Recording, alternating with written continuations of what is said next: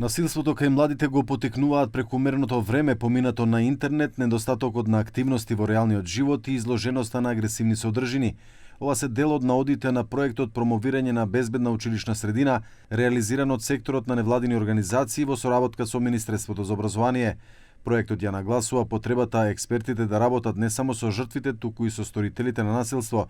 Драги Змијанац од детската амбасада Меѓаши истакна дека насилството кај нас не е само физичко, туку и вербално и сајбер насилство.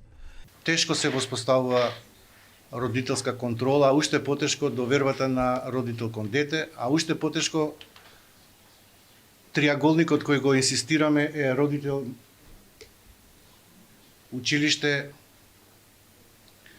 ученик. Мора да ги сензибилизираме децата кога се случува насилство.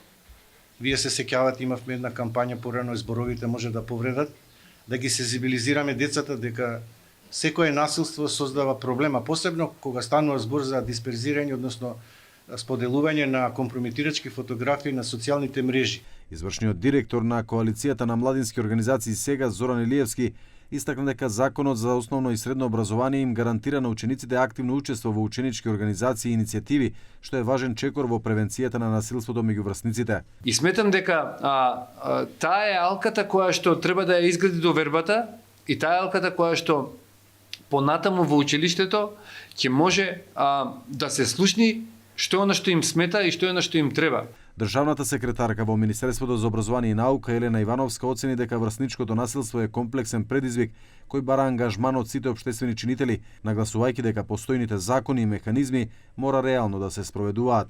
Најлесно е да седнете и да напишете закон во кој што ќе кажете дека учениците имаат ученички парламент, имаат ученички правобранител.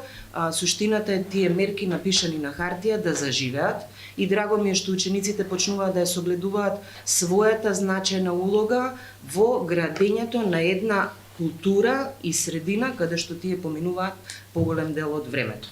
По инцидентот во основно училиште во општина Газибаба, каде малолетник беше повреден од својот врсник со остар предмет, Министерката за образование вчера побара законски измени за казнување на родителите на децата што вршат насилство во училиштата.